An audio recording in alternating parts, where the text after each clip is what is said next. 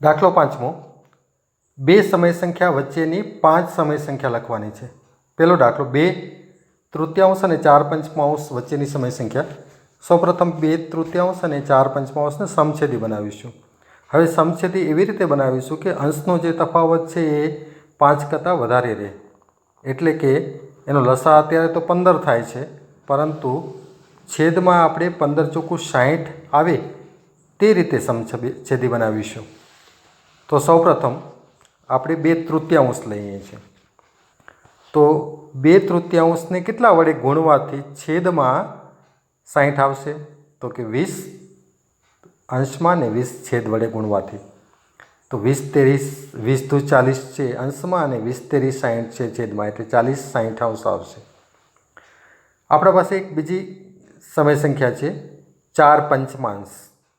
તો 4/5 છેદમાં 5 છે, તો 5ને કેટલા વડે ગુણવાથી 60 આવશે? 12 વડે. તો અંશમાં પણ 12 વડે, છેદમાં પણ 12 વડે ગુણશો તો 12 × 4 = 48 અને 12 × 5 = 60. એટલે અંશમાં 48 આવશે અને છેદમાં 60 આવશે. હવે તમે જોઈ શકો છો 40 60 અંશ અને 48 60 અંશ બંને છેદમાં સમાન સંખ્યા છે. તો આ બંનેની વચ્ચેની સમય સંખ્યા આપણે લખીશું. ચાલતા ક્રમમાં આપણે લખતા જઈએ. તો સૌપ્રથમ સંખ્યા આવશે 40 પછી કેટલી આવે બોલો? 41 60 અંશ. એના પછી વિચારો અને બોલો 42 60 અંશ. એના પછી કઈ આવશે? 43 60 અંશ. એના પછીની સંખ્યા 44 60 અંશ. આમ ક્રમશઃ આપણે આગળ વધતા જઈએ તો આપણે 40 60 અંશ અને 48 60 અંશ વચ્ચેની સમય સંખ્યા મળશે. એટલે 45 60 અંશ, 46 60 અંશ, 47 60 અંશ. તો અહીંયા આપણે 5ની જગ્યાએ 7 સમય સંખ્યા લખી દીધી છે. જો છેદમાં સમાન સંખ્યાની જગ્યાએ વધારે સંખ્યા લઈએ તો બીજી સંખ્યા પણ આપણે પ્રાપ્ત થઈ શકે છે. બીજો દાખલો છે -3/2 અને 5/3 વચ્ચેની આપણે સમય સંખ્યા જોઈએ છીએ. તો સમછેદી છે એ બનાવીશું. અહીંયા માઇનસ અને ધન સંખ્યા છે, એટલે કે ઋણ અને ધન સંખ્યા છે, એટલે લસા 6 છે અને 6 વડે ગુણીશું તો પણ આપણે 5 તફાવતની સંખ્યા આપણે મળી રહેશે. એટલે -3/2 છે એને છેદમાં 6 આવે એવી રીતે આપણે એક સંખ્યાને ગુણીશું. તો અંશમાં પણ 3 અને છેદમાં પણ 3 વડે ગુણીએ. એટલે કે 3 તેરી 9 એટલે -9 થશે અને છેદમાં 3 દુ 6 આવશે. તો -9 6 છે એ આપણે એક સંખ્યા મળી સમય સંખ્યા. બીજી સંખ્યા આપણા પાસે 5/3 હતું. છેદમાં 3 છે તો કેટલા વડે ગુણીશું? વિચારો. તમે વિચારો છો, સાચું છે. 3 × 3 3 દુ 6. તો અંશ અને છેદ બંનેમાં 2 વડે ગુણી લખીએ આપણે તો અંશમાં કેટલા આવશે? છેદમાં કેટલા આવશે? એટલે 5 દુ 10 અને 3 દુ 6. 10 6 છે એ આપણે સમય સંખ્યા મળી. હવે જુઓ -6 6 અને 10 6 બંનેના છેદમાં 6 છે, તો એની વચ્ચેની જે સમય સંખ્યા છે એ આપણે લખીશું. તો ક્રમસર આપણે આગળ વધતા જઈએ તો -9 6 મોટી સંખ્યા કઈ આવશે? 9 પછી તમે 10 વિચારતા હો તો એ તો નાની છે, -10 6 નાની છે, પણ એનાથી જમણી તરફ આપણે જતા જઈએ. સંખ્યા રેખાને યાદ કરજો. તો 8 -8 6 એ એક સંખ્યા આવશે. એ સમય સંખ્યા પછી આગળની સમય સંખ્યા બોલો. -7 6. એના પછીની આગળની સંખ્યા બોલો. -6 6. એના પછીની સંખ્યા -5 6. એના પછી -4 નીચે 6. આમ ક્રમશઃ જમણી તરફ આગળ વધતા જઈએ અને આપણે 10 સુધી આગળ વધતા જઈએ, એટલે 10 6 સુધી. તો આપણને -3/2 અને 5/3 વચ્ચેની સમય સંખ્યાઓ છે મળી શકે છે. અહીંયા આપણે થોડીક જ સમય સંખ્યા લખીશું, એટલે કે માત્ર 10/6 આગળ લખી નહીં શકીએ, પરંતુ 10/6 સુધી તો લખી શકીએ. 5 જોઈએ છે તો આપણે અહીંયા 7 સમય સંખ્યા છે એ મળી ગઈ છે. તો આવી રીતે બે વચ્ચેની સમય સંખ્યા આપણે શોધી શકીએ છીએ. એના પછીનો ત્રીજો દાખલો જોઈએ. ત્રીજા દાખલામાં છે 1/4 અને 1/2 વચ્ચેની સમય સંખ્યા શોધવાની છે. તો ફરીથી 1/4 અને 1/2 સમછેદી બનાવીશું. 4 અને 2નો લસા કેટલો થશે? 4 થશે. પરંતુ આપણે જો 4 લસા લઈને સમછેદી બનાવીશું તો આપણે તફાવત બે વચ્ચેની જે સંખ્યા છે એ 5 નહીં મળે. એટલા માટે આપણે લસાનો ગુણક આપણે લઈ લઈએ. તો 4નો ગુણક આપણે 8 સુધી લંબાવીએ તો 8 ચોક 32 થાય એવી સંખ્યા. તો 1/4 છેદમાં 32 આવે એવી સંખ્યા કઈ છે? તો 4નો પાડો બોલવાનો. એ ઘડીઓ બોલવાથી તમને 8 ચોક 32, તો અંશમાં પણ 8 વડે છેદમાં પણ 8 વડે ગુણવાથી આપણે છેદમાં 32 મળી જશે. 8 × 8 અને 8 ચોક 32, તો 8/32 જે છે એ આપણે એક સમય સંખ્યા મળી. બીજી સમય સંખ્યા આપણા પાસે હતી 1/2 હતી. તો 1/2 છે એમાં છેદમાં 2 છે. તો 2ને કઈ સંખ્યા વડે ગુણવાથી 32 આવે? વિચારો, કઈ સંખ્યા આવશે? હા, તમે વિચારો છો, સાચું છે, 16 આવશે. તો 16 અંશમાં ને 16 છેદમાં આ બંને વડે ગુણી નાખવાથી આપણે સમછેદી અપૂર્ણાંક આપણે મળશે. 16 × 16 અને 16 × 32. તો 16/32 છે એ આપણે એક સમય સંખ્યા મળી ગઈ. હવે જોઈએ 8/32 એક સમય સંખ્યા હતી આપણા પાસે, અને બીજી સમય સંખ્યા કઈ હતી આપણે હમણાં જે સમછેદી બનાવી? હા, તમે વિચારો છો, સાચું છે, 16/32. તો આની વચ્ચેની જે સમય સંખ્યા આપણે લખી નાખશું 8થી કરી અને એટલે કે 9થી કરી અને 15 સુધી, જેના અંશમાં 9 અને 15 આવે અને છેદમાં 32 આવે એ બધી સમય સંખ્યા લખી શકાય.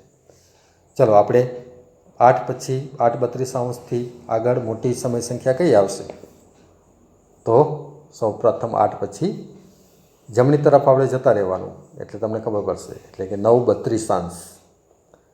એના પછી વિચારો, હવે તો સરળ છે. હા, તમે વિચારો છો એ સાચું છે, 10/32 આવશે.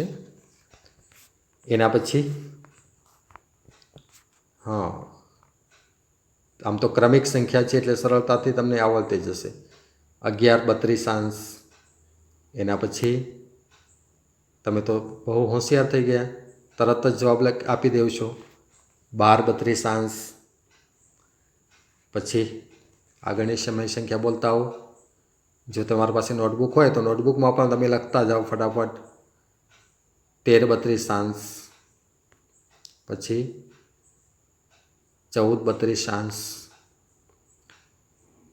એના પછીની સમય સંખ્યા 15 નીચે 32. 16 નીચે 32 આપણે લખી શકશું નહીં, કારણ કે એની વચમાં જોઈએ છે. ચાલો દાખલા નંબર 6. -2થી મોટી હોય તેવી 5 સમય સંખ્યા લખવાની છે. ફરીથી -2થી મોટી હોવી જોઈએ. અહીંયા સંખ્યા રેખાનો આપણે મદદ લઈએ છીએ. તો હું એક સમય સંખ્યા અહીંયા લખું છું -6/3. એનો અર્થ કેવો થાય? એને અતિશંસ રૂપ આપશો તો -2 મળશે. તો -6/3 જમણી તરફ આપણે જતા રહીએ. -5/3, -4/3, પછી -3/3. -3/3 એટલે કેટલા થશે વિચારો?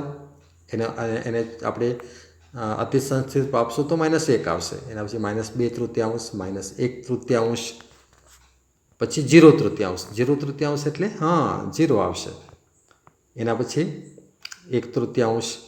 હવે ધન સમય સંખ્યા ચાલુ થઈ, 2/3 અને 3/3. તો અહીં જુઓ તમે, -2થી આપણે જમણી તરફ આગળ જતા જઈએ છીએ. તો જમણી તરફ તો ઘણી બધી સંખ્યા આવે. તો આપણે અહીંયા થોડી ઘણી સમય સંખ્યા લખીએ, કારણ કે આપણે 5 સમય સંખ્યા કીધી છે, તો ઘણી બધી મળી પણ ગઈ છે.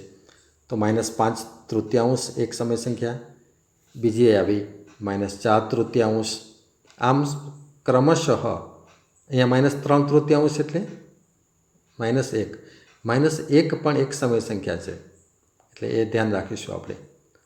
એના પછી આગળ -2/3 પણ લખી શકાય, પણ આપણે ડાયરેક્ટ 0 નીચે 3 એટલે કે 0 લઈ લઈએ છીએ.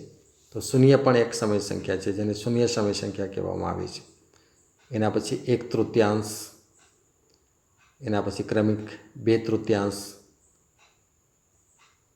પછી જો લેવી હોય તો 3/3 એટલે કે 1 લઈ શકાય.